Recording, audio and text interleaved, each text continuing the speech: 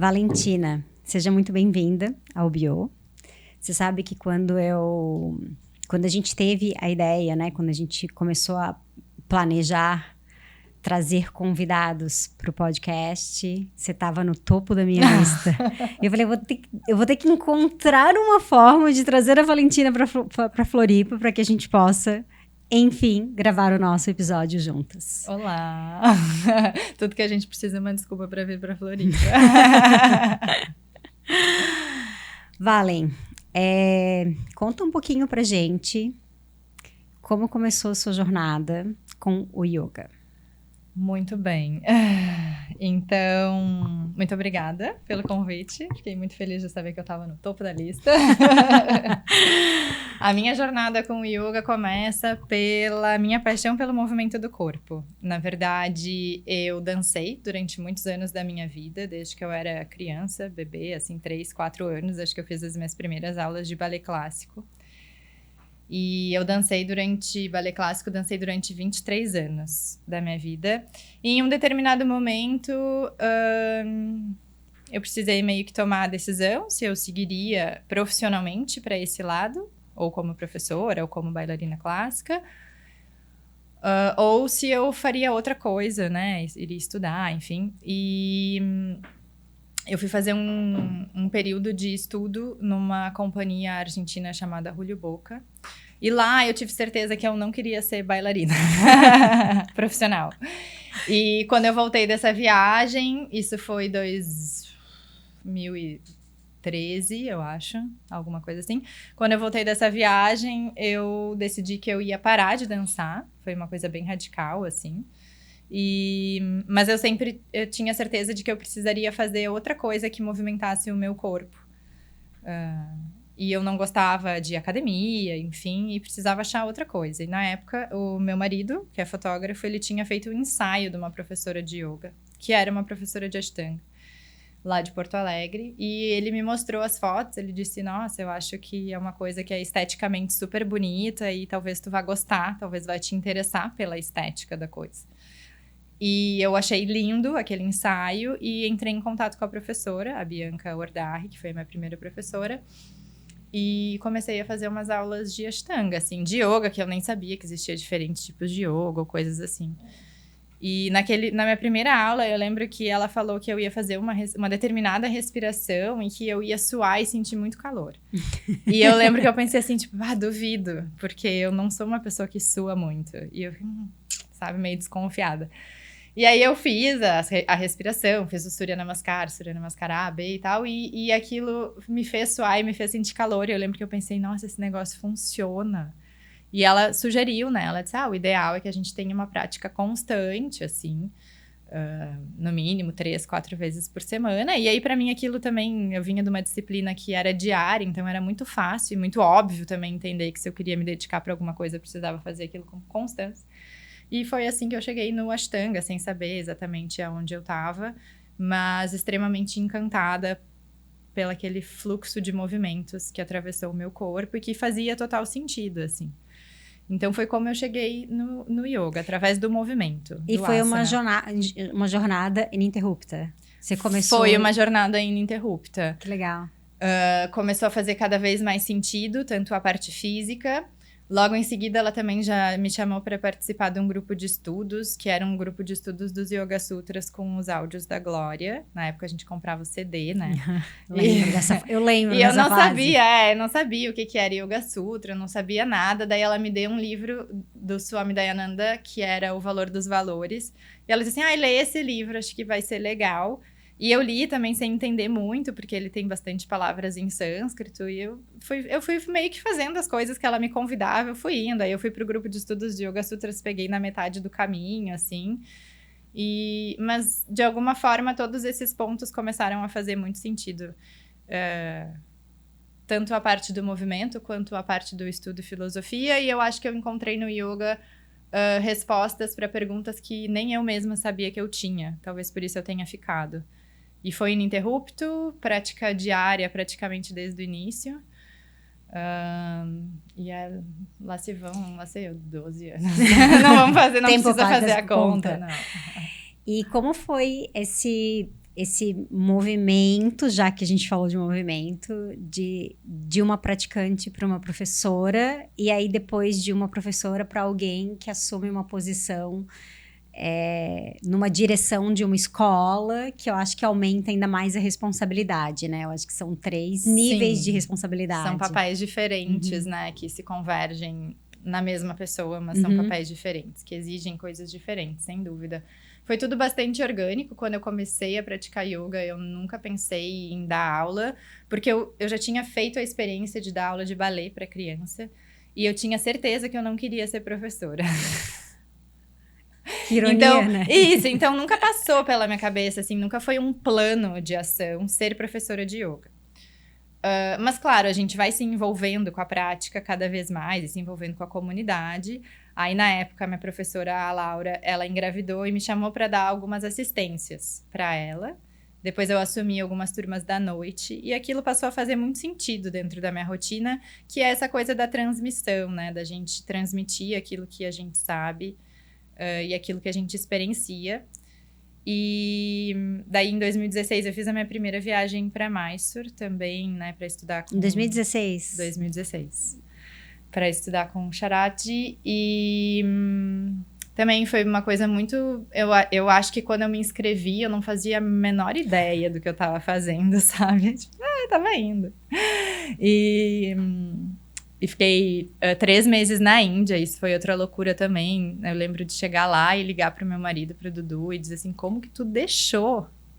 Eu, tipo assim, cara, eu nunca tinha ido pra Ásia, e aí eu fui pra Índia pra ficar 90 dias sozinha 3 lá. meses. 3 meses. O que mais te marcou nessa viagem? Tudo. Tudo. Mas acho que o que mais me marcou foi a certeza de que eu ia voltar. Isso é um negócio muito forte da Índia, né? Assim, tipo...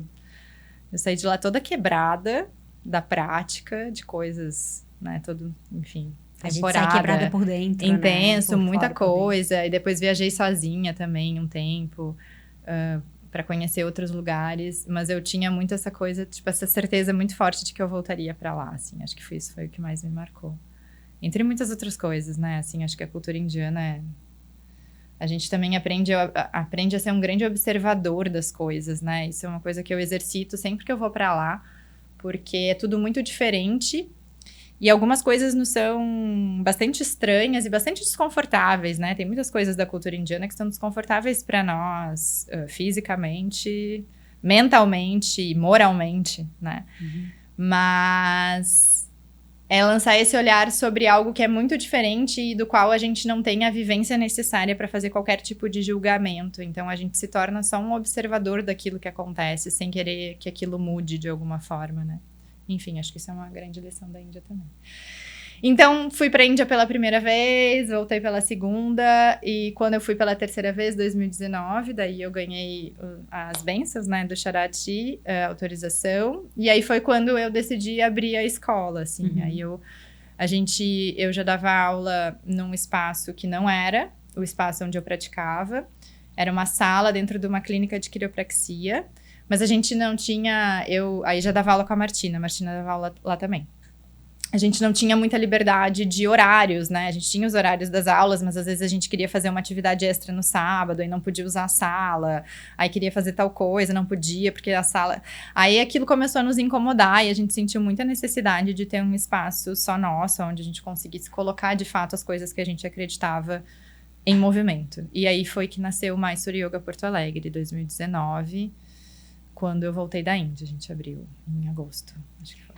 E daí era uma salinha pequenininha? Era uma salinha pequenininha, cabiam 12 pessoas num porãozinho, assim, num andar de baixo, mas super charmosinho, tinha um jardim, adorava aquele espaço. E foi lá onde tudo começou, mas foi muito louco, porque a gente abriu em agosto de 19 e em março de 20 já entrou a pandemia, a gente já fechou tudo, e aí aula online, não aula online, aquelas 2 primeiras semanas que ninguém sabia muito bem o que ia acontecer. E o Shala, ele foi crescendo também durante a pandemia, a comunidade foi foi aumentando, depois a gente abriu, gradual, né? Aí tinha que... Como a gente tinha um espaço muito pequeno, a gente fazia uma lista das pessoas que faziam, tipo, check-in. Na época não tinha o aplicativo de check-in, né? Mas a gente Isso, a gente já fazia uma planilha de Excel, mandava para as pessoas para elas fazerem o seu próprio check-in, para saber quantas pessoas iam, aí prática de máscara, enfim, toda aquela coisa. E aí, graças a Deusa, a comunidade foi crescendo e a gente sentiu a necessidade de ir para um lugar maior, que é o espaço onde a gente está hoje. A gente foi para lá em 2022, que é um espaço... Cacá já foi lá várias vezes. Lindo. Mas é um espaço grande, é um espaço dentro de um prédio industrial revitalizado, que tem toda uma história. Tem outras pessoas, né? Escritório de arquitetura, de design, uma indústria de moda também que trabalha lá. Então, essa foi a trajetória, assim, de como nasceu o Mysore Yoga Porto Alegre. Mas eu olhando para trás, eu vejo que tudo aconteceu de uma forma muito orgânica, assim, nada foi... Claro que a gente faz planejamentos e a gente joga para o universo os nossos desejos, mas as coisas foram acontecendo num ritmo bastante natural, assim. E teve um frio na barriga no momento que, acho que... Não sei se um frio na barriga, mas, assim... Ou algo quentinho no coração, quando de repente você se dá conta que cresceu e eu preciso permitir que cresça mais, né? Eu tenho que sair de onde eu estou e expandir. Sim, eu acho que é um misto das duas coisas, Cacá. Tem o quentinho no coração do tipo, se tá crescendo, eu tô fazendo alguma coisa certa, né? Tá dando certo. Tá dando certo, o caminho tá legal. E tem o frio na barriga de tipo... sair um pouco da zona de conforto, né? Porque é isso, assim, quando a gente tá numa sala ali com 12 pessoas, a gente conhece as pessoas, a gente vai criando conexões com aqueles praticantes, com aquela prática. E quando a gente aumenta o nosso espaço, a gente aumenta as pessoas que circulam lá dentro, a gente aumenta o nível dessas relações, então é mais exigente, obviamente.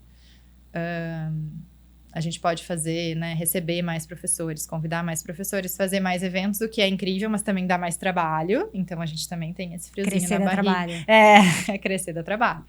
E, então, é esse friozinho na barriga de sair um pouquinho da zona de conforto, assim, mas pouca coisa acontece, né, na nossa zona de conforto. Sim. Então, eventualmente, eu acho que é bom, assim. E como é ter um sócio? Uma sócia, né, Martina? É um compromisso, assim. Eu acho que tem gente que diz que sociedade é que nem casamento, né? Eu acho muito bom, tá? Acho que, como tudo na vida, acho que tem ônus e bônus, né? Então, a gente divide os problemas, divide as decisões e tudo isso é muito bom. Ter com quem contar também quando a gente precisa sair, quando a gente fica doente, quando a coisa aperta, a gente sabe que a gente tem uma pessoa lá que tá 100% no negócio junto contigo. Também exige que a gente abra mão das nossas próprias verdades, né? Porque quando a gente tá sozinho à frente de um negócio, a gente toma as nossas próprias decisões. E quando a gente tem uma sociedade, a gente precisa, eventualmente, abrir um pouco mão daquilo que a gente acredita ser uma verdade absoluta em prol da opinião da outra pessoa, né? Mas eu acho que o mais importante é ter valores alinhados, e isso eu acho que a gente tem. Acho que é difícil conviver com pessoas numa sociedade, num relacionamento, qualquer ele que seja, com pessoas que a gente não tem valores alinhados. Então, isso eu acho importante e acho que é fundamental, assim, para o negócio transcorrer. Mas eu gosto de... Dá uma segurança. Dá uma segurança. Eu acho também que a gente une forças, sabe? Acho que já tem um monte de coisa que a gente faz de forma tão solitária. Se a gente for parar para pensar, né? A forma como a sociedade hoje se organiza nos deixa bastante solitários, né? As grandes cidades, enfim, os grandes centros, a vida virtual... Então, eu gosto dessas oportunidades de dividir as coisas com as pessoas. Acho que sempre tem mais a agregar do que a perder, assim. Sim, especialmente na hora de dar grandes passos, né? Exato, acho que também a gente fica mais seguro, Alguém assim. segura a mão exatamente. E fala, não, vamos lá. E se a gente tá com um pouco de dúvida, daí tem a outra pessoa que diz, não, a gente é respeitado, a gente pode dar. Aí, né? Então, acho que são sempre discussões que enriquecem, assim, essas... Até quando a gente não concorda, a gente entra em discussões que enriquecem o diálogo. Né? Que legal. E você vê o Shala como uma empresa, um negócio? Como é isso para vocês? É difícil, né? Ele é uma empresa porque ele paga os nossos boletos, né? Existe essa parte prática e bem pragmática e que é extremamente importante, porque ele paga contas, né? Nossos, os professores que trabalham para nós, os professores que a gente convida. Então, a gente sabe que... E é uma escolha de vida. Escolhemos ser professores e ter o nosso próprio negócio. Então, ele é um negócio, né? Mas, ao mesmo tempo, ele é um negócio que lida diariamente com pessoas humanas, né? Ele não é um negócio de exatas. Mas, no fim do mês, a conta tem que fechar. Então, ele é um negócio. E a gente pensa também em algumas estratégias e algumas decisões, elas são tomadas em cima do negócio, da empresa. E algumas decisões, elas são um pouquinho mais humanas. Porque Sim. ele é um mix dos dois, né? Sim, porque são clientes, mas são alunos. São clientes, mas são alunos, né? Sim. São pessoas, são praticantes. E são né? pessoas que a gente se relaciona, né? Se relaciona diferente. para outros níveis também, Sim. né? Não é só um produto ou um serviço que a gente está vendendo. A gente engloba muito mais coisa do que isso, né? Quando a pessoa procura um professor de yoga ou uma escola de yoga. E daí vocês têm a Inhale. E aí nós Nessa temos a história Inhale. toda, vocês têm a Inhale, né? Sim. Que tá, talvez, tomando uma proporção até um pouco maior que o Shala na vida de vocês. Sim. Ao menos de fora, o que parece. Né? Talvez. Talvez. A Inhale, então, aí... desse rolê de vida de yoga... A Martina, que é a minha sócia, ela vem da indústria da moda, né? Do segmento da moda. Trabalhou muitos anos num magazine grande. Eu trabalhei muitos anos como modelo. Sou casada com um fotógrafo de moda. Então, né? A minha mãe e a minha tia tiveram uma malharia durante muitos anos em Rio Grande. Então, eu cresci também dentro de uma malharia, de uma sala industrial, onde comprava o fio e fazia a malha. E uma outra sala cheia de costureiras onde saíam as roupas prontas, né? Então, elas faziam todo o processo da roupa. E em um dado momento, a gente sentiu, assim, numa conversa bastante informal, o Shala, a gente ainda não tinha a sociedade da escola, mas a gente já praticava juntas. Inclusive, esse dado momento foi aqui em Floripa, né? Quando a gente veio pro primeiro, acho que foi pro primeiro intensivo da Charmila, da SAI. Eu e a Martina, a gente veio juntas. E aí, conversando, a gente tava falando sobre as roupas de yoga, que a gente achava que era um segmento bastante limitado, assim. A gente tinha marcas que a gente gostava e que a gente admirava. Mas a gente sentia, tipo assim, nossa, queria outras marcas. Queria comprar de outras marcas, né? E aí a Martina, tipo, nossa, pois é, eu tinha vontade de fazer algumas coisas. E aí eu tinha um projeto já, assim, na minha cabeça, de fazer algumas camisetas também, que a gente, tipo, queria comprar umas camisetas de yoga e não acho e tal. E foi assim que nasceu a Inhale, foi dessa vontade de fazer e de ter mais opções dentro desse segmento. E começou da mesma forma, uma coisa muito pequena, muito orgânica. E a Inhale foi crescendo, assim, a gente teve uma aceitação do público muito grande. A gente sempre teve muita preocupação com produtos, né? Então, a gente sempre trabalhou com matéria-prima, produtos de qualidade, muita preocupação com a modelagem, com o conforto. Mas a Inhale, ela também nasceu de um ponto principal, que a gente queria roupa para exercício físico que não tivesse cara de academia, sabe? Aquela roupa que a gente pudesse fazer o exercício, né? E depois sair para a vida e ainda continuar se sentindo uma mulher chique, uma mulher estilosa, uma mulher com personalidade. Então, esse sempre foi o propósito central, o valor central. Que bom, fico feliz. A gente continua tentando até hoje, né? Mas esse é um grande valor, assim, para nós. E a gente sempre teve muita preocupação com o produto, com a qualidade do produto, com o conforto do produto. E mais recentemente, a gente investiu tempo, dinheiro, pensamentos, emoções, né? Tudo que envolve uma empresa, também na nossa marca, né? Então, talvez por isso, para quem está de fora, tem essa sensação do crescimento. É uma empresa que está em crescimento, porque a gente está investindo nisso. Mas também a gente está investindo na marca Inhale, em tudo que envolve a marca, que não é só o produto. Claro. Né? Então...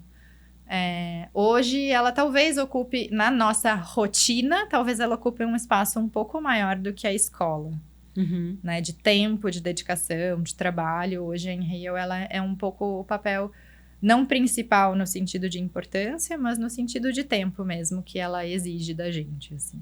E como funciona o processo de criação? É um processo intenso, né? Mas ele sempre acontece. Isso é uma dúvida que as pessoas têm. Óbvio, quem não é inserido dentro desse universo da moda, às vezes acha que a gente pensa numa peça e um mês depois a gente coloca ela para vender.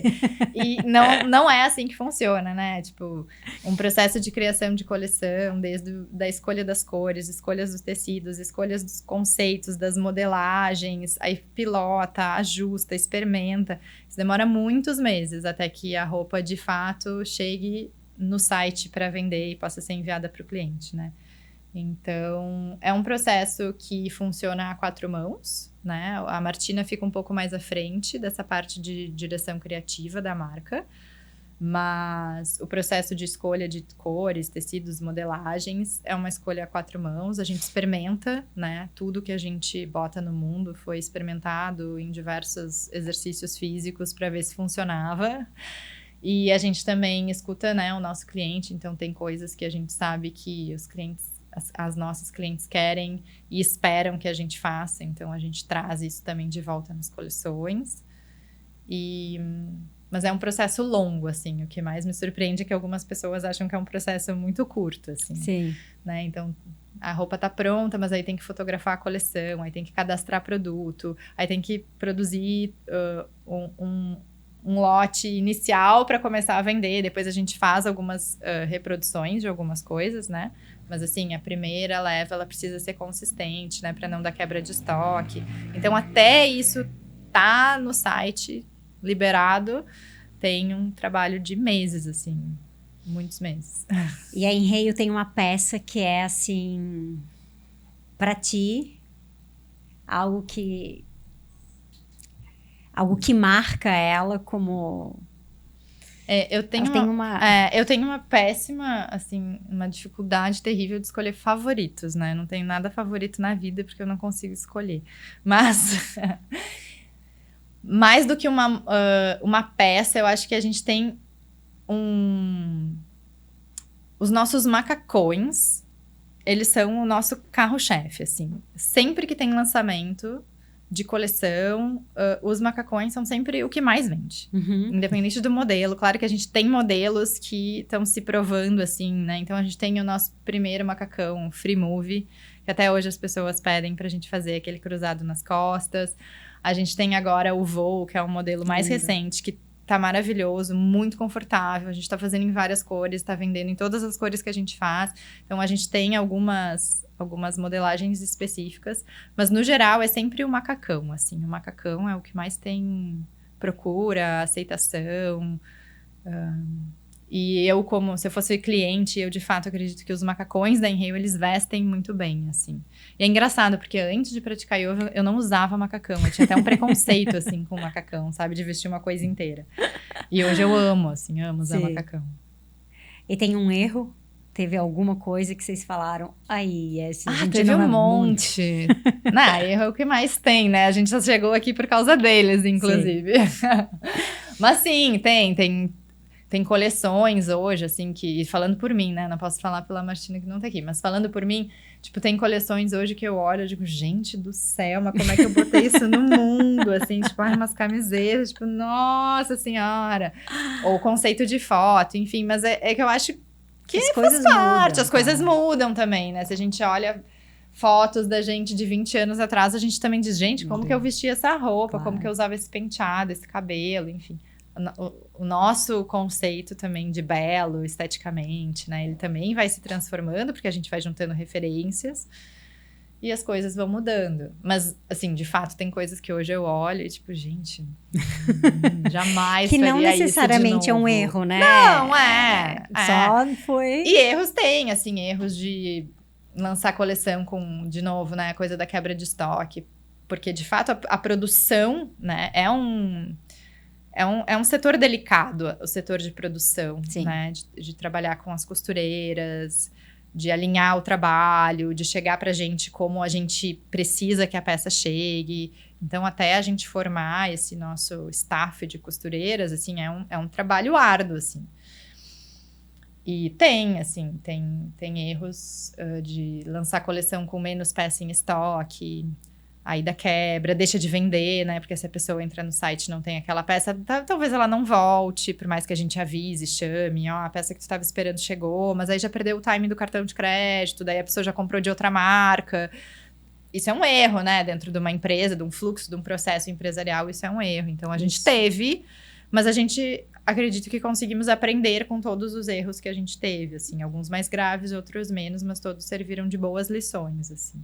Sim, eu gosto de pensar que empreender não é buscar o que é certo, né? É aprender com os nossos erros. Exatamente. Né? Não repetir os mesmos erros. Não repetir os mesmos erros. Pode fazer outros, mas os mesmos não dá. Pode fazer, não. A gente sabe que vai fazer, né? Faremos. Porque acho que o processo, essa coisa de crescer é dolorido, né? Porque você fica... É como se a gente tivesse tiro no escuro, né? Por mais que você contrate consultoria, por mais que você tenha, assim, pessoas experientes te ajudando no processo, é um tiro no escuro, né? O crescimento é tatear algo que a gente não conhece. Não conhece.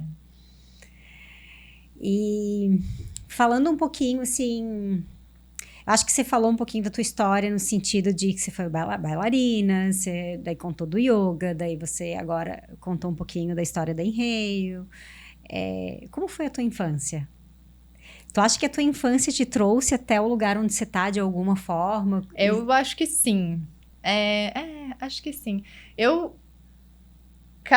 Hoje eu sou mãe, né? Então eu vivo a infância do meu filho. E eu acho que quando a gente vive a infância de um filho ou de uma criança próxima, é uma grande oportunidade da gente reviver a nossa, resgatar a nossa, porque a gente vai abandonando, né, a nossa infância e a nossa capacidade de brincar e de olhar o mundo pela primeira vez. Isso é realmente encantador, assim, poder testemunhar isso. Alguém que olha o mundo pela primeira vez, é a coisa mais incrível.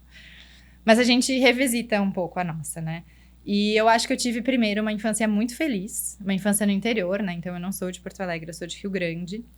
E eu acho que isso também faz toda a diferença, né? Quando a gente cresce numa cidade pequena, a gente tem outro ritmo, né? De morar em casa, de brincar na rua, de aprender a andar de patins, né? Eu lembro uma liberdade, uma liberdade diferente. Não sei se hoje em dia, né? Porque também... né, dá um tempinho atrás da minha infância. Mas não sei se hoje em dia, em função da violência urbana e de todos os problemas que a gente enfrenta, isso continua dessa forma mesmo nas cidades de interior. Mas eu tive essa bênção, né? De crescer perto do mar. Então, tive uma infância que eu tenho muitas boas memórias. Com certeza me trouxe até aqui. Eu lembro muito dessa coisa de viver na malharia da minha mãe, assim, né? Então, muitas vezes eu ia trabalhar com ela. Então, de viver essa coisa da loja, do desfile. Eu lembro que elas faziam desfiles nos clubes, sabe? Aquela coisa bem de cidade de interior. E você modelava para elas? Não, só quando tinha coisas tipo edições especiais de criança, assim. Mas a minha mãe fazia, tipo assim, ela me vestia mini-mim, sabe? Tipo, fazia a roupa dela e a roupa pra mim igual. Amor. Tipo assim, fofa. Então, eu tenho muito essa lembrança e eu acho que, obviamente, isso foi uma sementinha plantada, intencional ou não, né? Que me trouxe, enfim, né? A fruta não cai longe do pé. A minha avó dizia, né? Laranjeira não dá manga, né? Sim, com certeza. Então, esse universo da moda que circundou a minha infância e de eu ver a minha mãe trabalhando com isso, a minha tia trabalhando com isso, sem dúvida, influencia.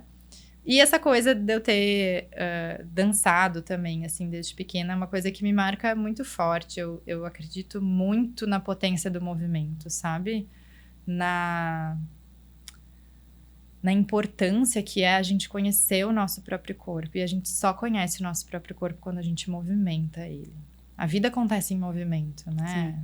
A inércia é o fim. A gente só vai ficar parado quando a gente morrer, sabe? Quando abandonar esse corpo. Então, não fomos feitos para ficar parados, assim. E para além do conhecer o corpo, para além do movimentar o corpo, e isso trazer uma energia para aquilo que a gente coloca em todos os nossos outros papéis, eu acredito que através do corpo a gente consegue acessar coisas tão mais sutis e tão mais importantes, né? Nosso corpo fala muito com a gente. E estamos todos um pouco surdos. Então, absolutamente. Em vários aspectos. Então, para mim faz cada vez mais sentido essa coisa do mover o corpo para ir além dele, sabe? Uhum. E eu vejo isso, de novo, eu vejo isso no Caio também, assim, o quanto o desenvolvimento motor grosso e fino influencia no desenvolvimento das outras capacidades de linguagem, de comunicação, de percepção do mundo, né? E o quanto também isso é tão natural pra gente, a gente de fato vai perdendo isso ao longo do tempo, porque ninguém precisa ensinar, isso é né? A gente acha que a gente precisa ensinar as crianças a fazerem as coisas. E a gente não precisa ensinar o bebê a rolar, a gente não precisa ensinar o bebê a sentar, a gente não precisa ensinar o bebê a ficar em pé e a caminhar. Eles fazem tudo isso sozinhos no tempo deles, se eles tiverem o espaço necessário para a exploração do próprio corpo. Então, se a gente só sentar e transformar o ambiente num ambiente amigável para que ele desenvolva e descubra o próprio corpo, ele vai fazer isso por conta própria. E nós fizemos isso um dia, na nossa infância, só que a gente foi se afastando disso. E aí a gente resolveu aprender que a gente não sabe, que a gente precisa que alguém nos diga o que fazer, né? Eu ia te fazer uma pergunta sobre motivação. Te fazer uma pergunta assim, qual é a tua maior motivação? E aí eu escutei você falar sobre movimento desde o minuto 1, né? Já respondi. A gente pode concluir que uma motivação para ti seria o movimento? Estar em movimento. Sempre. Sempre. Estar em movimento. Então conta um pouquinho pra gente dessa relação com o vento.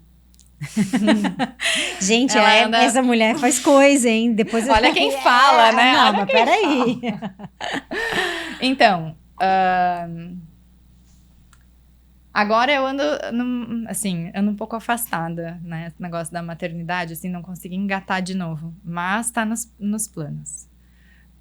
Mas não deixei de velejar. Então, velejo de kite, né? E tudo isso começou porque o Dudu, meu marido, ele é velejador de barco desde criança. Começou a velejar com 8 anos de idade, 10 anos de idade. E eu sempre tive essa relação muito forte com o mar, né, de viver na praia, assim, de ter crescido na praia. Você é de Rio Grande? Rio Grande, Praia do Cassino. E aí, quando a gente começou a namorar, já não morava... Ele é de lá também, né? Mas nós dois morávamos em Porto Alegre. Vocês se conheceram no mundo da moda? A gente se conheceu no mundo da moda. Tá. Numa história engraçadíssima, assim, porque eu conheci o Dudu, ele é 16 anos mais velho que eu. E eu conheci o Dudu quando eu tinha 13 anos, porque a minha prima foi fazer um book com ele, na praia. E eu sempre fui super magrinha, mas assim, eu não tinha nada desse rolê de querer ser modelo e tal. Mas ela ficou insistindo, tipo assim, nossa, vai junto pra fazer umas fotos também, vai junto pra fazer umas fotos. E eu fiz a tal das fotos, meio emburrada, assim, aquela coisa de 13 anos da adolescência, tipo, ai, que saco, não quero fazer isso. Fiz a tal das fotos e aí que a gente se conheceu, mas assim, eu era uma criança e ele era um cara feito já. Isso. E aí, muitos anos depois, quando eu voltei pra Porto Alegre, aí eu meio que oficializei essa coisa de fazer umas fotos como modelo, de trabalhar, fazer uns trabalhos. A gente acabou se cruzando para trabalhar. E aí, enfim, aí foi que a gente começou o nosso relacionamento. Mas ele é velejador. E quando a gente começou a namorar, ele velejava de windsurf, velejava de kite, velejava de barco. E eu fiquei pensando, tipo, qual é a coisa mais fácil para aprender dessas 3 coisas? Pô, eu escolhi a mais difícil, né? Escolheu a mais difícil, mas eu te avisei. E aí, a gente tem um grande amigo nosso, que é professor de kite lá em Rio Grande. E ele também ficou botando uma pilha e tal. E foi assim que eu entrei nesse rolê. Aí também comecei a... Foi bem na época do boom do stand-up paddle, né? E aí eu comecei a querer pegar umas ondas de stand-up, surfar, enfim. E aí foi bem aquele deslumbramento inicial, daí eu queria fazer tudo, já queria aprender a andar de wind, velejar de barco e tal, mas no fim fiquei no kite. Movimento. Vamos lá. Físico e mental, né? Mas aí foi uma relação que, tipo assim, daí o bichinho que pegou mesmo foi o bichinho do kite, assim, que pra mim é, de novo, é o movimento, mas é um movimento muito bruto e muito livre, né? Porque tem essa coisa do vento, que é o esporte de natureza que eu não tinha no meu repertório, que é as variáveis incontroláveis. né? Porque quando a gente tá numa sala de aula de yoga, ou a gente tá numa sala de aula de balé, ou a gente tá numa quadra poliesportiva, fazendo algum tipo de esporte, a gente tem variáveis controláveis, limites da linha, da barra, do tapete, né? Pré-determinados. E quando eu entrei nesse rolê do esporte de natureza, a gente não tem controle sobre nada. No máximo, a gente olha a previsão e supõe que a natureza vai se organizar de acordo com aquela previsão meteorológica. Mas aí a gente bota tudo no carro, viaja não sei quantos quilômetros, dirige por umas estradas horríveis de chão, piriri, pororó, chega lá, não tá boa a condição, não vai ter velejo. E é legal, sabe? Assim, não sei. Não sei se... Eu sei que é difícil convencer as Você pessoas tem que me disso. convencer. Mas é legal. E essa sensação, assim, de estar, tipo...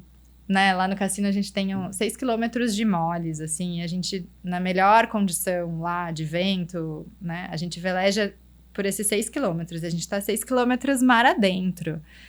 E aí a gente é muito pequeno, sabe?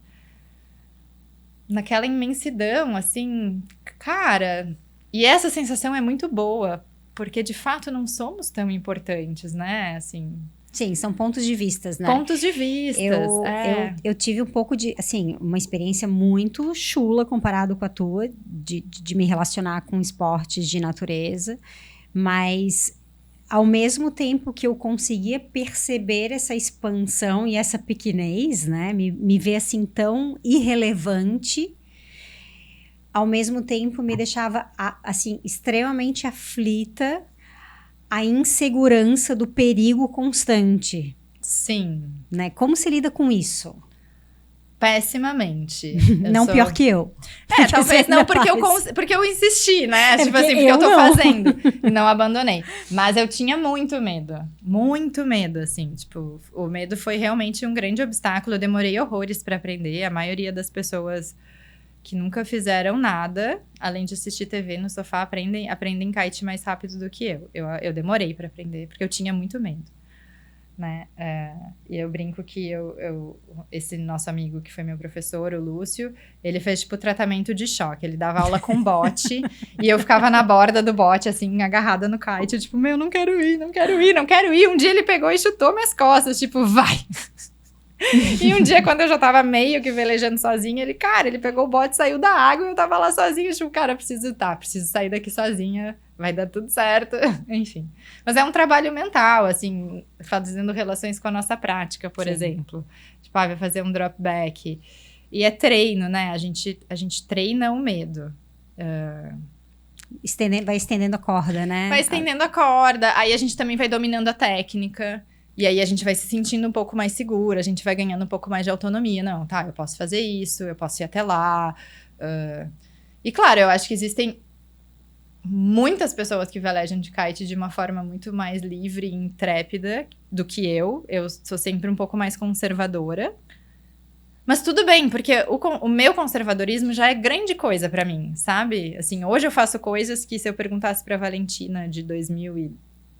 lá sei quando que eu comecei a velejar, se ela faria, ela diria que não, nunca, sabe? Travessias, downwinds, velejar em mar grande, com onda, sem alça na prancha, sem lash, tipo, cara, eu faço tudo isso hoje, eu jamais imaginei que eu ia fazer. Radical, tipo, muito radical. Dentro do meu conservadorismo. Muito bom. Isso, e o que para mim... Eu não sabia exatamente todos os detalhes dessa história, mas isso é muito bacana, porque isso levou vocês de volta para a cidade natal, de alguma forma, né? Muito. Um lugar onde vocês, não necessariamente o lugar onde a relação de vocês começou, né? Mas levou vocês de volta para as raízes, de alguma forma. A gente ainda né? tem família lá, né? Então, o Dudu ainda tem a mãe dele, a irmã dele que mora lá, eu tenho minha avó, um tio. Então, assim, a gente ainda tem... tem todo esse nosso círculo de amigos de infância que estão lá e que a gente mantém esse círculo bastante ativo.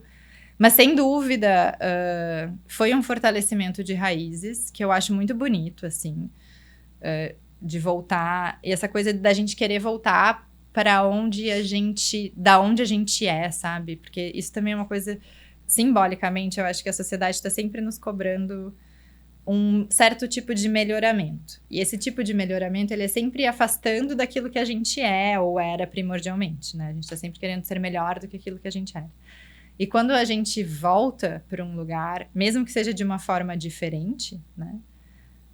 A gente faz conexões importantes, assim, com a nossa essência. Então, sempre que eu tô lá, eu acho que eu tô me conectando de uma forma bonita e importante com a minha essência. E convergem interesses, né? Então, claro. Também, assim, ia ser... Eu falo, para quem não veleja de kite, todo o rolê do kite é muito ruim, né? Porque, assim, você tá indo pra uma praia que tem muito vento. Horrível. Então, assim, tipo assim, vou sentar pra pegar um sol. Não dá. Porque aí tá aquela areia ali cortando as canelas. Tu já foi lá pro gostoso com o Bruno. É horrível. É horrível. Pra quem não veleja. E pra quem faz o yoga e quer acalmar a mente, vai pra aquele vento e fica completamente atordoada. Isso.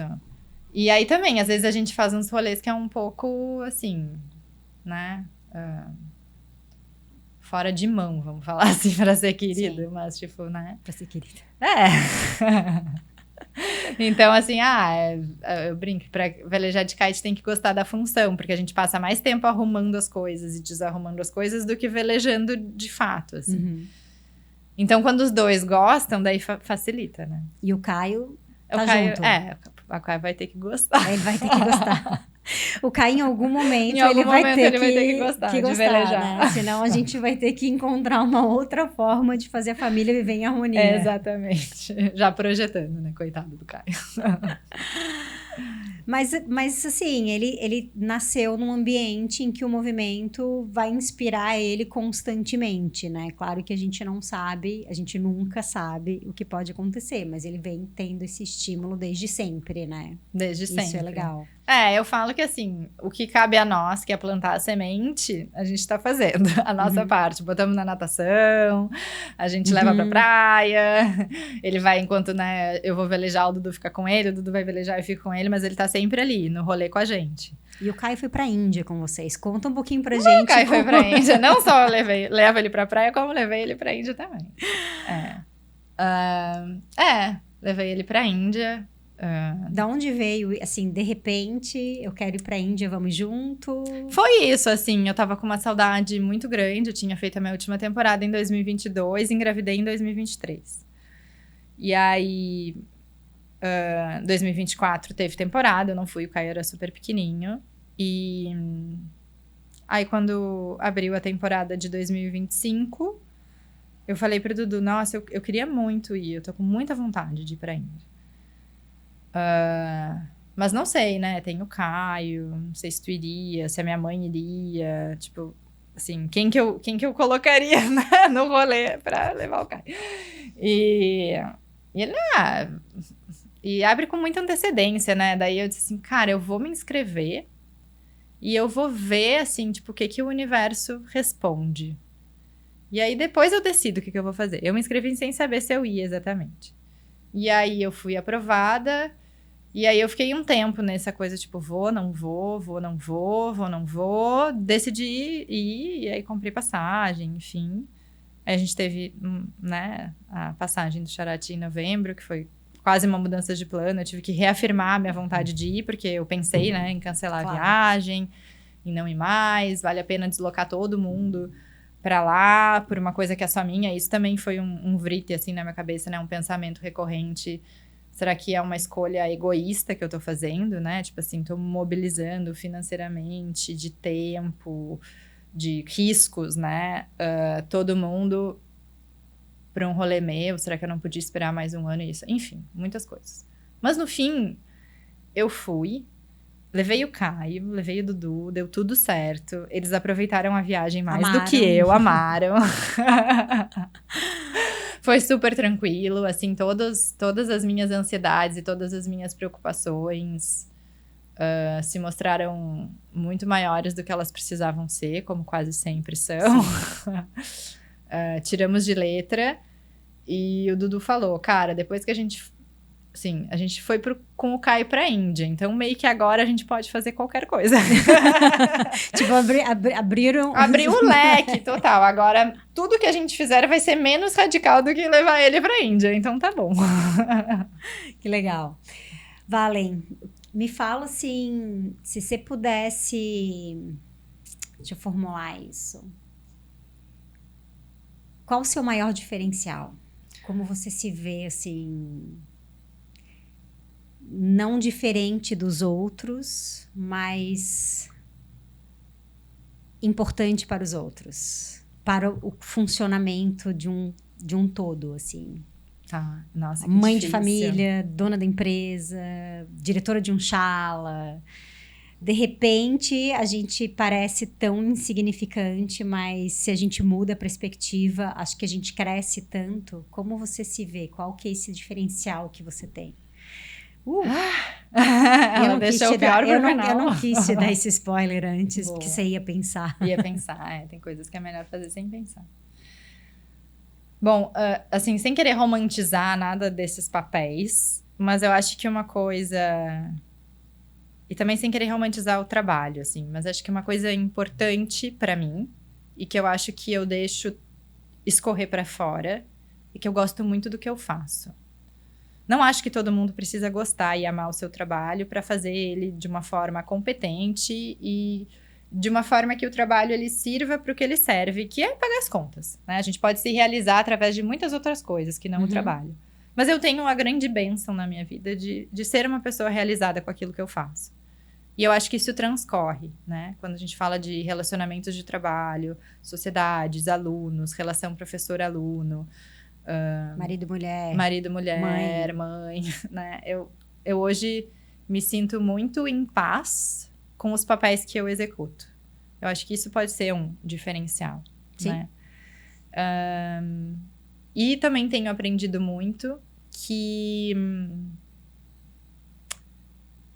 Pode parecer um papo místico, assim, mas não é. Que a gente tem uma sabedoria interna, que a gente pode chamar de intuição, ou o nome que a gente quiser dar para isso. E que a gente, ao longo da nossa vida, conforme a gente vai ficando adulto, a gente vai abafando essa sabedoria interna com muitas outras coisas normativas, regras, opiniões, julgamentos dos outros e nossos. E a gente para de escutar essa sabedoria interna. E isso eu acho que é um presente que ser professora de yoga me deu, sem dúvida. Porque a gente trabalha, né, com uma coisa que tem a técnica, tem a regra, mas é muito mais intuitivo. A relação do professor-aluno, o que eu dou para esse aluno, o que ele precisa agora, o que essa prática está me mostrando, o que esse corpo está dizendo, a gente como praticante. Mas o que consolidou isso foi a maternidade, porque tem tanta gente nos dizendo o que fazer nesse papel. E a gente enlouquece, a gente perde um pouquinho a fineza da mente, sabe? E eu tô reaprendendo a escutar um pouco essa intuição. E eu acho que isso é o diferencial de todo mundo. É isso que nos tira da norma, sabe? Estar aberto para essa escuta, acho que é isso. Que lindo. Ainda bem que eu não pensei nisso antes. Valen, muito obrigada. Foi um prazer te receber. Foi um prazer estar aqui. Estou bem feliz que você está aqui com a gente. Muito obrigada por esse e por tantos outros convites.